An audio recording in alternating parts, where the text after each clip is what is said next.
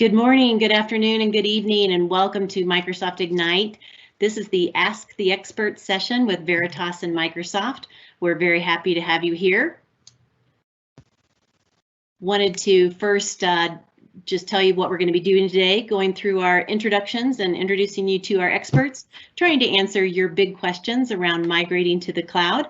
And so feel free to queue those up in the question and answer chat box, and we will get to those in just 15 short minutes. When you please use the Q&A to ask your questions, and you can post those and upvote them using the thumbs up. And myself will and my colleague Dave Little will try to get to those as fast as we can, and we'll post those back to our experts. The session will be recorded, and please adhere to the Microsoft Code of Conduct. And now we're going to begin digital transformation to the cloud. Are we there yet? And I'm going to turn it over to our first expert, David Totten. Thank you very much, Carla. Appreciate the opportunity to be a part of this fantastic event on a wonderful week of Ignite, where we've announced so many really key product introductions. My name is David Totten. I'm our Chief Technology Officer here in the United States subsidiary for our partner third-party applications. I get to work with partners all day long, taking the best and brightest of technologies that Microsoft has to offer, serving them up to greater scale and efficiency for our customers' use. And with that, I'm here to partner with Veritas. Let me introduce a couple of our Veritas presenters here. Rich. Hello. I'm Rich Rose. I'm one of the senior architects here over at Veritas, and I'm the resident Aptar expert. And Joe D'Angelo. Hey everybody, my name is Joe D'Angelo. I'm the distinguished engineer and practice lead for our availability solutions at Veritas, and just delighted to be joining everybody today. Thank you very much, guys. So listen, let's start at the very top. When we think about digital transformation, what is it? What does it actually mean? You know, it's a very happy buzzword. We're seeing a lot of commentary around to really try and figure out what does it mean when we say, you know, how to transform and take advantage of internet technologies. Listen, digital transformation can be anything that you need it to be, but I want you to focus on the scale of taking advantage of enterprise infrastructure that you don't have to buy, you don't have to provision, you don't have to secure and set up. How do you take advantage of all the investments that have been made that are secure, scalable, and out for the best, latest and greatest technology on place? How do you take advantage of that in the marketplace without having to invest in that on your own? You know, most companies were thinking about, how do I get better, smarter, faster with IT investments? How do I get quicker and faster time to market while we're driving innovation with our product delivery? How do I reach more customers and drive a more seamless and loyal customer experience by leveraging our services or our products? We think you can take advantage of all these opportunities by leveraging the Microsoft Cloud, and so many customers have started that journey. But we really saw firm acceleration over the past year. The pandemic has taught us we need to do work and innovate how we do work and connect with our customers and partners in ways that we've never done before. The pandemic has accelerated this desire to do more from wherever you are in the world, from whatever place your data and your applications sit. And that's why Veritas is a perfect partner in this situation. If you think about all the checks and balances required with IT infrastructure and how to do more with less, Veritas gives us the simple tools to take technology to market faster so your people can focus on what they do best. So here's a good example of what digital transformation is. And I know the next question, well, now I think about what digital transformation is, but how much is it going to cost? And what are the steps required to get there? And for that, I'd like to introduce Rich for his section. Thank you, Dave. I'm going to try to share my screen out here. I'm going to actually go onto a live system and that's running Aptar. And let me know when you can see my screen here. Looks good, Rich. All right, great.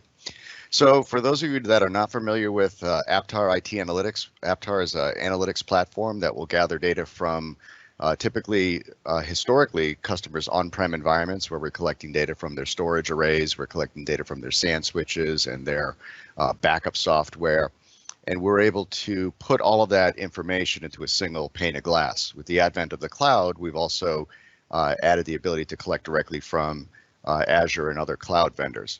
So we were able to give customers an entire overview of their entire infrastructure. And so one of the interesting kind of spin-offs of that is that as customers are migrating their workloads to the cloud, they're really challenged with it because they don't really understand the actual consumption, because the tools that they had to measure that were not very good. Those customers that had Aptar were able to do things like be able to look at their typical on-prem environment. And then the next question is, you know, as these companies are being asked to move these workloads to the cloud, they are having challenges in doing so because they really don't have a really good understanding of what's out there. So what I'm looking at here is a typical on-prem VMware environment where we're looking at the VM guests and we can see how many vCPUs and how much memory are configured on each one of those. And typically when customers do this migration, they just go, all right, I got 16 CPUs and I got 16 gigs of RAM. I go to my Microsoft sizing tool, try to figure out which zone I'm in and what instance type would equate to that. And then you start your migration, which Joe will talk about the next phase. But so we are monitoring these on-prem environments, and this is what customers would typically use for their reports to view what kind of memory or CPU use was going on in their environments.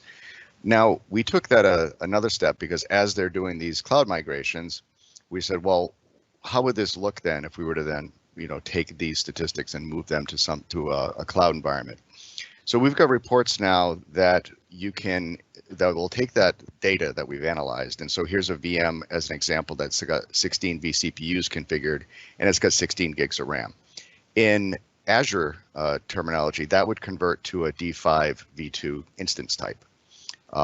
That system we've also calculated has been running for 682 hours. So this is something that even VMware can't really give you, is the amount of time that these are running. So we calculate the amount of time, we can calculate the instance type, and then based on the rates, we can determine that thing is going to cost this much if you were to lift it and shift it exactly as it was configured on-prem.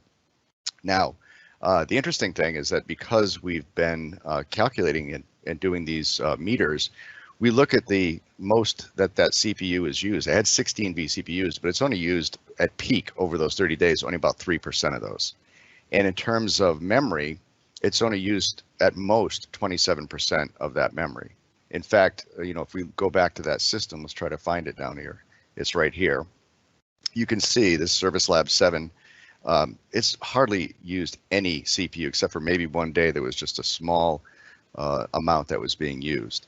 So what we determined was we don't really need 16 gigs of RAM, 16 CPU. Based on its actual utilization, we've calculated that would be requiring a D2 V2 instance type, which is only $190 a month. So we're able to take customers' huge environments, do this in literally just a couple of clicks away, and be able to help them right-size their journey to the cloud. And once they get to the cloud, there's obviously other reporting that we can produce within Aptar, so we can show you what your spend is across all of your different virtual machines. And we can also kind of meter the outcome as you start moving these workloads to the cloud. We can see the rate cards and everything. We can see on-prem versus guest utilization. And I have one other here. So as you start moving those workloads from the cloud to on-prem, you'll start seeing your on-prem numbers going down, and you'll start seeing your cloud numbers going up. And you can view them all in a single pane of glass. So how do you then, now that you've determined what hosts should be moved and what size they should be once they get there, how do you get them there? And I'm going to turn that over to Joe, and he's going to show you how you get there. Thanks, Rich. Go ahead and get my screen shared here again. All right. So as Rich said, now that you've established what the footprint for the cloud is going to look like for you, and you're going to set up a more sort of cost-effective and right-sized approach, one of the questions that you have to ask yourself then is really, how do I get there? And really, how long is it going to take me to get there? And also, once you're there, how do I maintain certain levels of resiliency for those particular applications and services that you're moving to the cloud? So the technology that we see as being one of the most powerful enablers for this process is with Veritas Infoscale. Now, Infoscale is a combination of technologies that many of you might be familiar with and refer to as our storage foundation, Veritas Volume Manager, Veritas File System, and Veritas Cluster Server. It's a platform agnostic solution that addresses the needs of workloads both on Windows and Linux. So considering either of those, you can move those directly into Azure. From a storage standpoint, it does give you a lot of flexibility in terms of addressing different storage targets. So if you're thinking about moving a particular application, you can target the cloud on both on-prem as well as while you're in the cloud itself in Azure, utilizing all of the variety of storage technologies that you're afforded, right? One of the things that's so powerful about adopting a public cloud platform like Azure is the fact that you can choose multiple different storage targets and being able to do so sort of seamlessly without having to, readdress your application or recompile any of your applications. That's a powerful advantage that you get with Infoscale. Built into the technology as well is the ability to provide resiliency for those critical applications. So as you are considering, the SQL servers and the Oracles and all of the associated services and applications, all of those come out of the box, ready to go, being able to manage, replicated, provide that conduit both from on-prem into the cloud.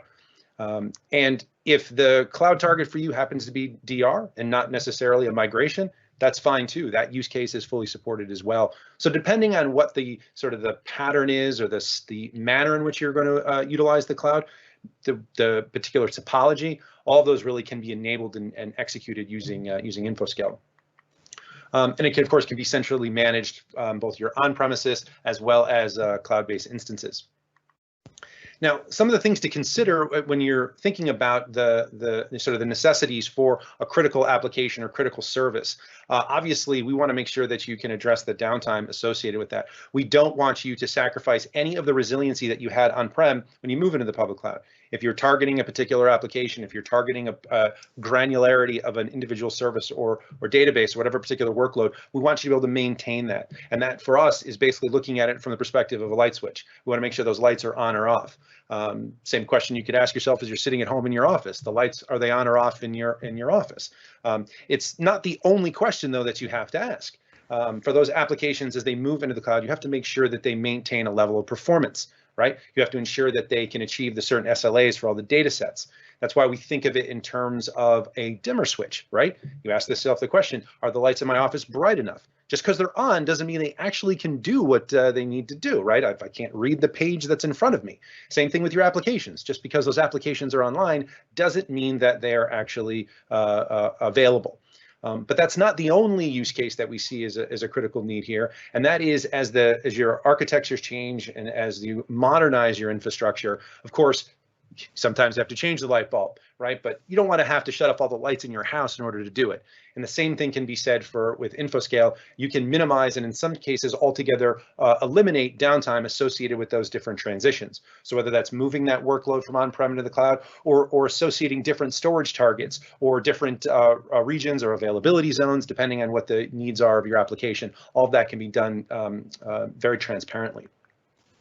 So let's talk a little bit about some of those use cases and really how we accelerate that process. As I said before, depending on what the use case is for your cloud journey, if it is disaster recovery, the great thing about our technology is because it's storage agnostic, you can absolutely target cloud-based resources, those SSDs and drive and blob-based storage resources in the cloud, the same way you could on premises with any SCSI device. We have a concept of what we call global clustering, this idea that you can actually bridge between different, not only on-premises physical assets, but then cloud-based resources as well. And in this case, it's a round-trip ticket, right? So if you move that workload there, in the case of DR, you can always bring it back on premises if necessary. But remember, all the while, those resources, those instances that you've spun up in the cloud will be right-sized. They will be very cost-effective based on the analysis that we provided through Aptar. Now, if your goal is to migrate into the public cloud, migrate into Azure, so that now your workloads live and breathe and exist primarily in the cloud, we of course want to make sure that you maintain the levels of resilience that are necessary. Now, that could mean natively with Azure, or that could be with the AVS, the Azure VMware solution, either of which are supported. You have the ability to expand and create scale out clusters across both availability zones and if potentially across regions if necessary. So you can achieve the level of scale, you can achieve the level of resilience for those workloads. Again, irrespective of Windows or Linux, homegrown applications, off the shelf, you can run all sorts of different topologies to meet the needs and the scale required. So whether it's adding compute when you need compute or adding storage when you need storage, you can kind of scale those now in accordance with the demands of your applications. Now, it's also important to understand that once you've established that footprint in the cloud, having the ability to provide disaster recovery across regions. Utilizing a technology that we have in place called Volume Replicator, you can replicate between any particular region you want, or if you wanted to, you could even do it across availability zones. There's other options with availability zones as well, right? We can scale out applications using block storage with our technology that we call flexible storage sharing. But for the purposes of going between regions, our Volume Replicator and our global cluster concept or our global cluster feature does give you that capability. So again, if it's a homegrown application, if it's an off-the-shelf application, you can easily deploy those very rapidly. We have templates built into the marketplace that can help you to deploy these configurations, and really does give you the ability to sort of accelerate that journey. So once you've established what that footprint is going to look like, we can help, again, give you the path into the cloud and then provide all the necessary mechanisms for resiliency once you're there. So when you think about moving those applications, right, and moving those services, there's some things you just want to remember, know before you go. For those lift and shift type migrations, where you're literally taking a workload and repurposing it or relocating it into the public cloud, you want to make sure you understand what those uptime and SLA objectives are for those workloads and make sure that you can maintain those, right? Your end user, your customer isn't going to care that that workload is in the cloud. It's just that that individual is just going to care that they can transact whatever business with you. Of course, the consistency of management, right? We want to make sure there's some parity between what you've been doing on premises and what you do in the public cloud. Take advantage of all the components and capabilities there and services, but at the same time, provide a consistent experience so that ramp up time is much shorter. Of course, understanding the difference between instance level versus app level performance. As I said before, that whole idea of that dimmer switch.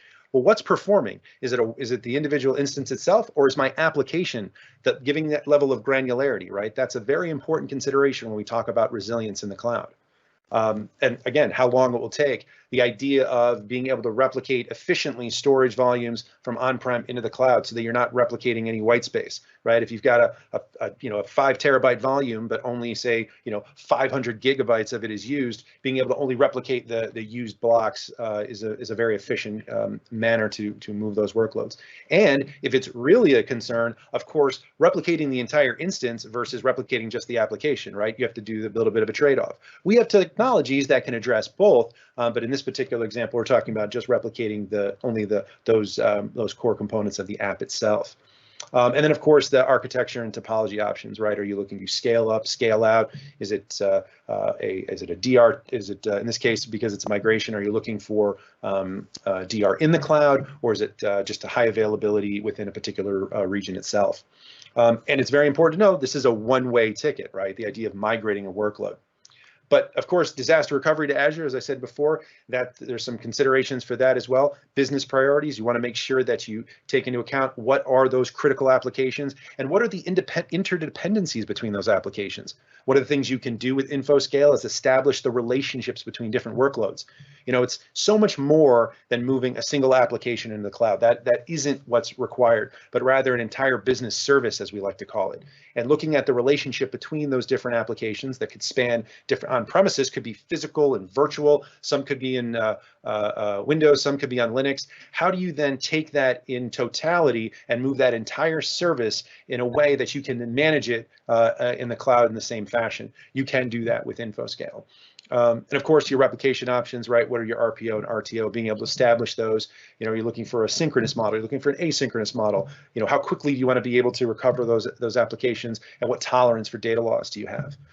As I mentioned, the multi-tier visibility, but also being able to test and validate all of these steps in advance. So whether it's a migration or whether it's a DR exercise, being able to non-disruptively test in the cloud so that you know that an application will behave or perform or simply will just seed properly once it's there.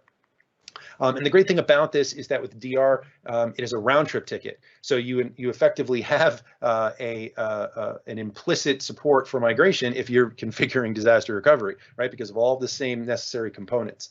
But there is a use case that sort of rides the line between the two, and that's this concept of cloud bursting, where effectively you will have the opportunity on a sort of interim basis move workloads into the cloud and then move them back. It's the same process from a disaster recovery standpoint, but you're doing so in sort of in advance of a particular period of time where you would need some resources that you feel could scale easier in the cloud. Ultimately, all of this is achievable with the same technology that we've been, satisfying these on-premises needs for decades now, and certainly, really excited at how we've evolved this technology in a way that can adopt and really benefit those cloud resources. So with that being said, I believe we want to open it up for a little bit of Q&A. I'll turn it back over to Carla for that, and appreciate everyone taking the time to listen. Well, thank you, Joe. Appreciate that. And we have been getting lots of great questions. Awesome. The first couple, I think, are to Rich. Does Aptar give a single pane of glass view into both on-premises and cloud resources? Yes. I have some screenshots that I was showing of that, but we can actually show what your on-prem is right now, and we can also show the cloud, and not just simple stuff, but like I said, we're gathering the entire object model for the Azure instances, so we can see Azure backups. They'll be able to see all the instances, the rates and consumption and everything, all within Aptar. That's great. And another question, if I wanted to migrate on-prem apps to Azure, can Aptar help with the cost consumption considerations prior to moving them? I think that was kind of what you were showing. That's kind of what I was showing. Elaborate further. But there was another question that was around the disk, and I forgot to, we focus a lot on memory and CPU, but there's a huge requirement for the disk. And again, most of the on-prem environments, the VM team tends to be separate from the storage and backup team. So they don't really know what storage arrays might be consumed on the back end of from VMware. So Aptar will connect the dots. We'll be able to map the VM all the way down to the spindle that it's using, and we also are measuring its read and write IOPS. So as you're starting to move workloads to the cloud, we do that whole analysis, so we know that not only you're going to need this much memory in the CPU, but we also know that this thing is on, very high-speed flash disk, and it's doing a ton of I/O. That's going to help make your decision on what type of instances you're going to require for the cloud.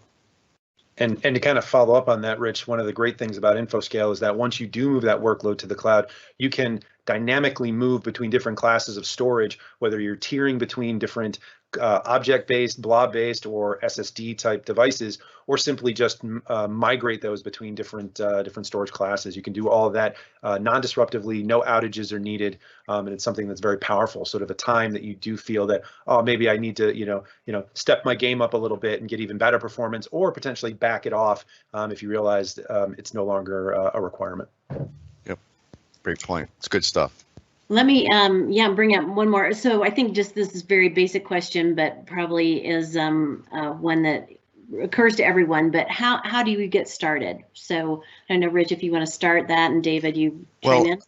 We've been, both Aptar and Infoscale have been around for a long time. So a lot of the customers that especially the large companies that are out there, they're already using Aptar, and if they're not using Aptar, this is one of the main use cases that they're doing, because they've been told by management that you're going to take a third of your environment and it's going to move to the cloud in the next 6 months. So we've been getting a lot of calls around that. So where do you get started with this? I would schedule a demo with us, or go onto our website, schedule a demo, and we can show you exactly how this would look in your environment and answer any questions that your storage, backup, and VM team would want to have. It's pretty simple deployment. It's not really, it's a fairly straightforward, fairly simple implementation. Even though it looks like it might be complex, it's quite easy to set up. Yeah, let me add a little bit on that. From a Microsoft perspective, that's just it. Get started. Pick a workload, pick something like resiliency backup, data analytics, just understand what's happening in your IT environment and push that to the cloud. There's no need for you to custom code that. and deliver an on-premises solution in your infrastructure.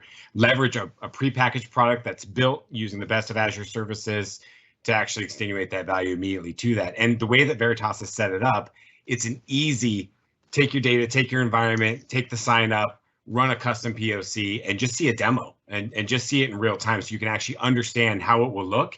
And then you can start thinking about how you manage that experience with your IT professionals in the future.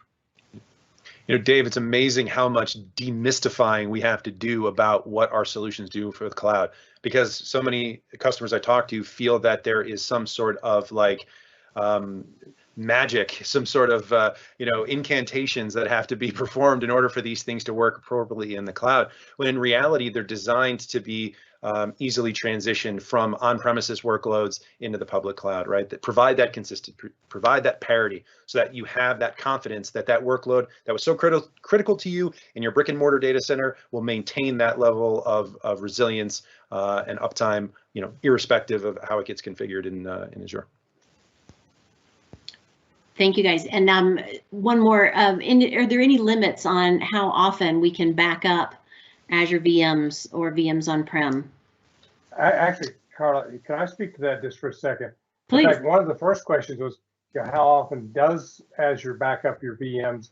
I just wanted to make sure that that there was clarity in the fact that by default, none of the cloud providers back up the VMs.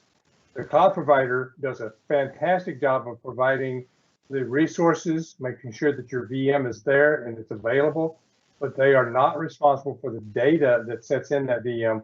That is the user's responsibility. And even this idea of how often do I back up once a day like I used to do traditionally because I was using tape? That's no longer a requirement. So now you can actually tailor your data protection environment to what your requirements of your business are, what your recovery SLAs are. And so you can be much more prescriptive in how you're protecting the data.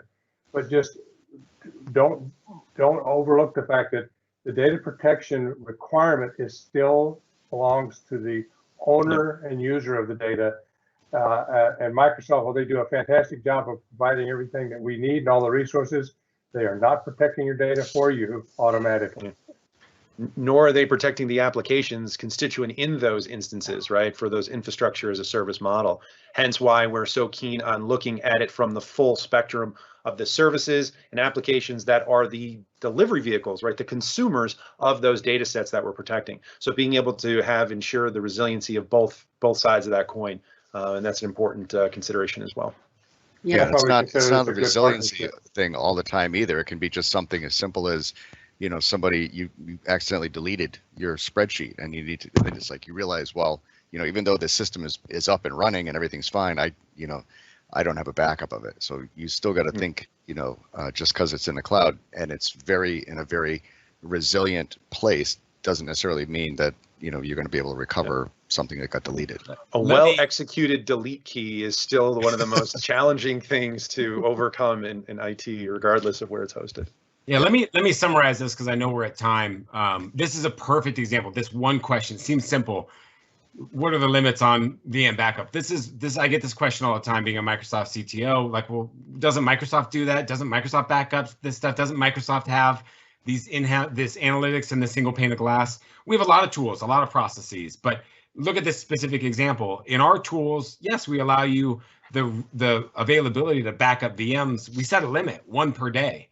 Like we just heard from the Veritas team, there's so much more flexibility and granularity required for your data, for your applications, for your experiences, for that one person who just accidentally deletes the wrong user inbox. And that's why we have a better together story. You've got Microsoft as the fabric and the footprint of this mobile, scalable, secure cloud infrastructure. And then you build this real-time, deeper level of value with third-party products like Veritas to actually drive the real business outcomes you're trying to deliver on a day-to-day basis. And I think that sort of summarizes how we're a better together formation, Microsoft and Veritas, to drive your user needs. Couldn't have said it better. Thank you, David. Thank you, everyone, for joining us.